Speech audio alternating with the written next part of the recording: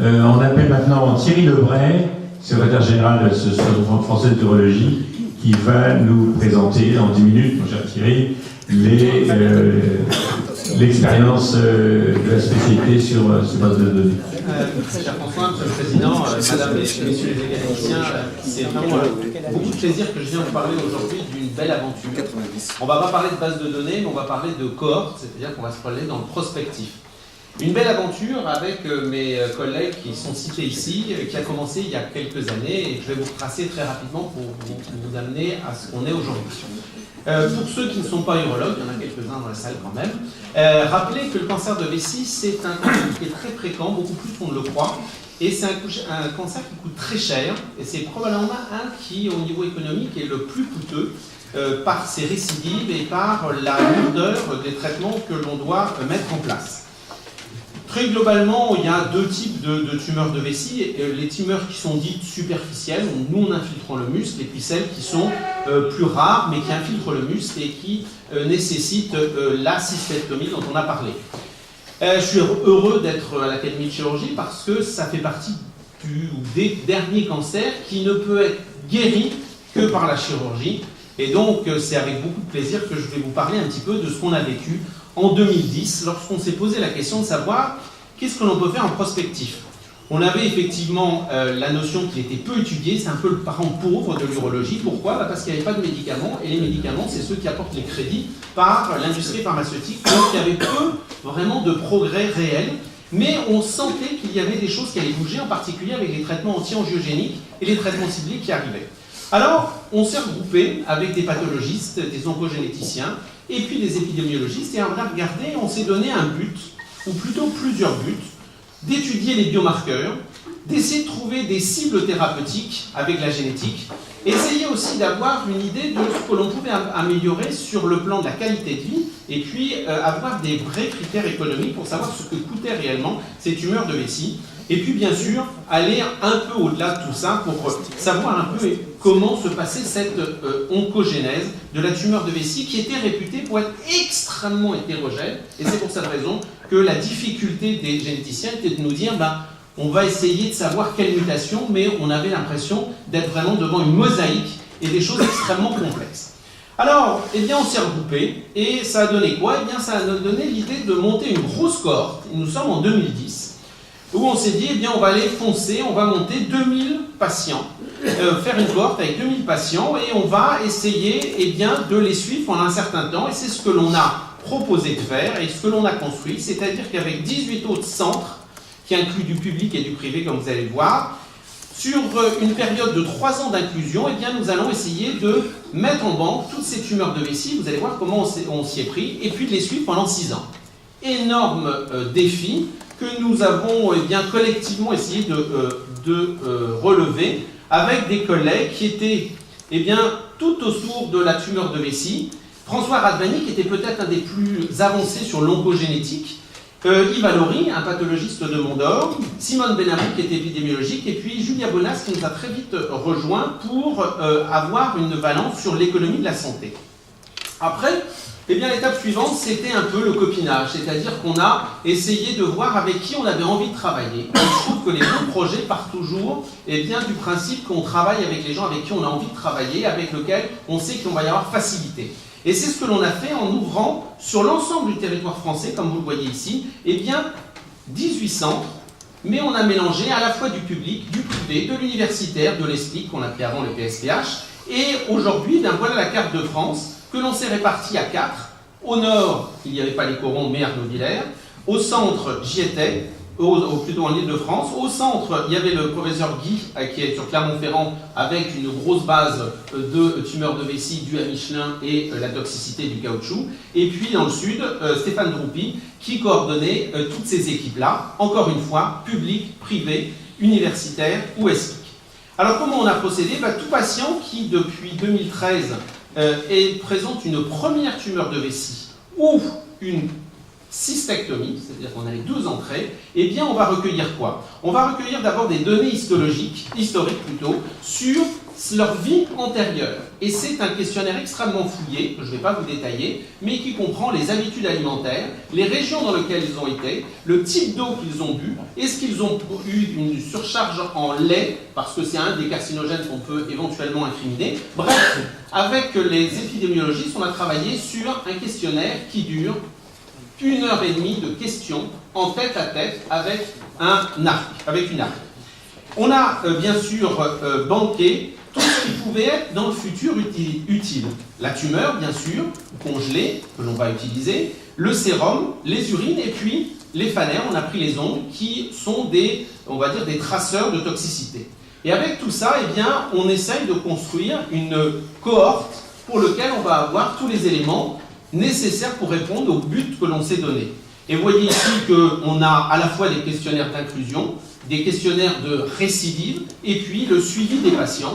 Et encore une fois, chaque questionnaire tourne entre 45 minutes et 1h30, 1h30 étant les questionnaires nécessaires à l'inclusion. Les patients vont être suivis pendant 6 ans et on va garder toutes ces ressources à la fois cliniques, économiques et tumorales afin de pouvoir étudier tout ça en prospectif en fonction un petit peu des événements qui vont se dérouler et à l'ouverture de tous ceux qui auront des projets pouvant nécessiter un de ces produits que l'on met à la disposition avec bien sûr des critères extrêmement sélectifs comme je vais vous le montrer.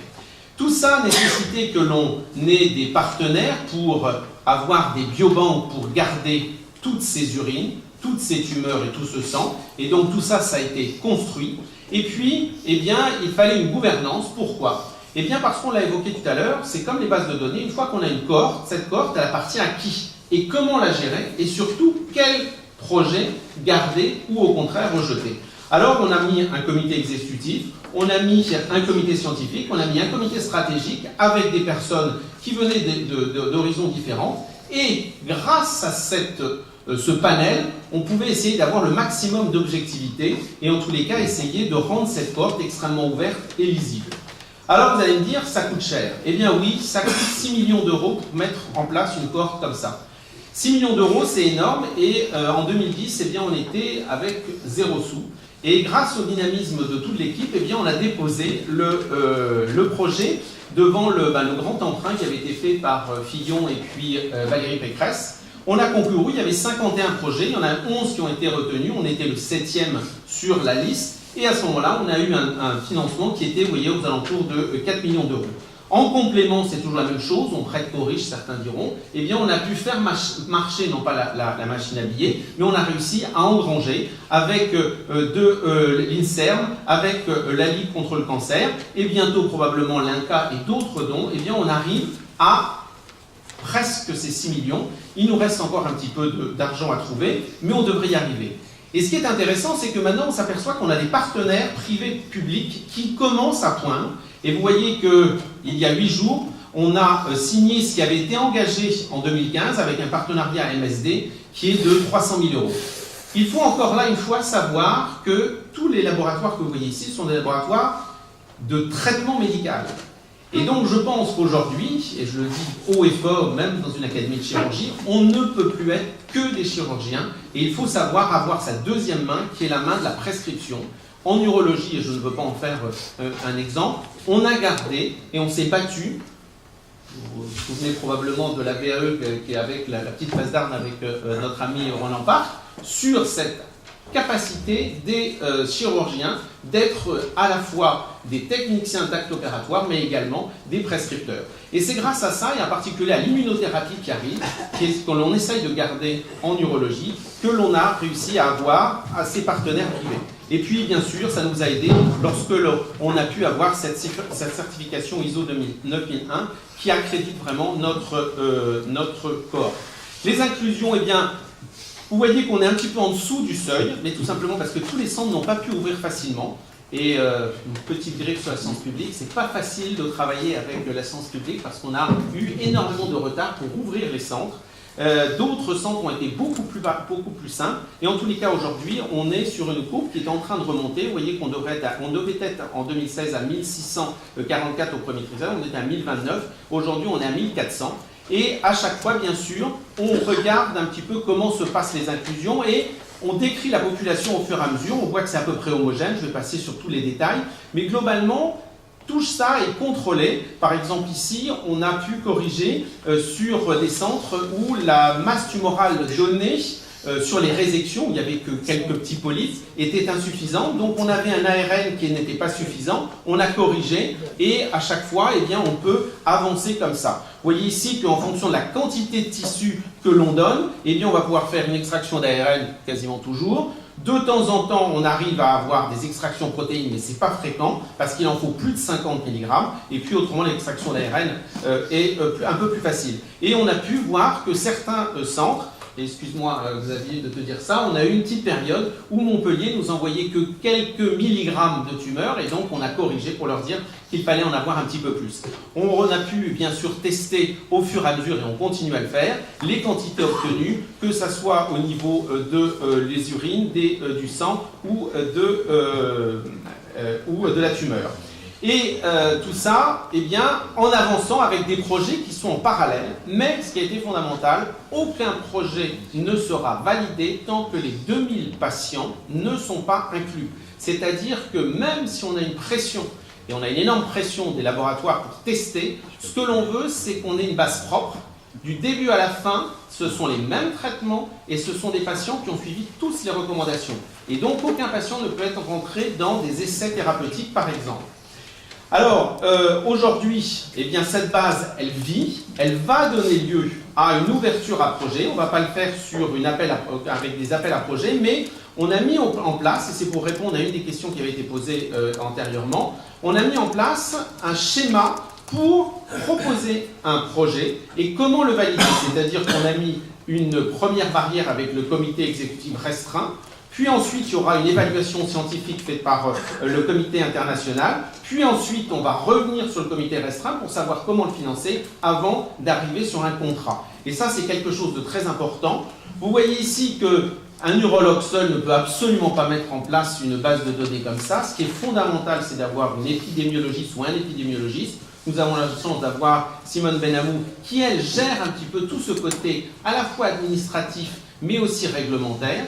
Et on arrive comme ça eh bien, à progresser, tous les 5, encore une fois, en regroupant un clinicien avec tout son réseau de collègues, un pathologiste qui permet d'avoir un diagnostic et d'aller de l'avant sur eh bien, la carcinogénèse, l'oncogénéticien, l'économiste de la santé, tout ça sous ce que j'appellerais moi la direction, parce que c'est vraiment elle qui dirige cette cohorte, l'épidémiologiste.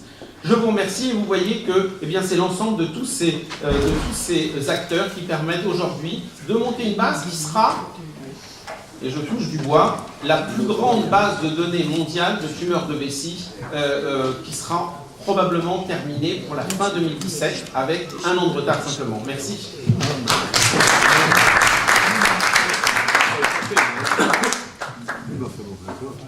Question sur le plan technique des montées de base. Oui. C'est un travail remarquable. L'intérêt ou la difficulté maintenant, c'est la pérennité. C'est trouver l'argent pour assurer, au final, les recueils de données tardifs, il y aura sûrement des extensions, et puis garder tout le matériel, tout ça. Donc c'est vraiment de la chose de la délicate. Il y a 2 autres bases en neurologie et EuroCCR qui s'occupent du cancer de rein. Il y a EPICAP qui est un cas témoin, où il y a 1600 patients de chaque bras, qui permet d'avoir les mêmes données, mais en ayant en plus la population témoin.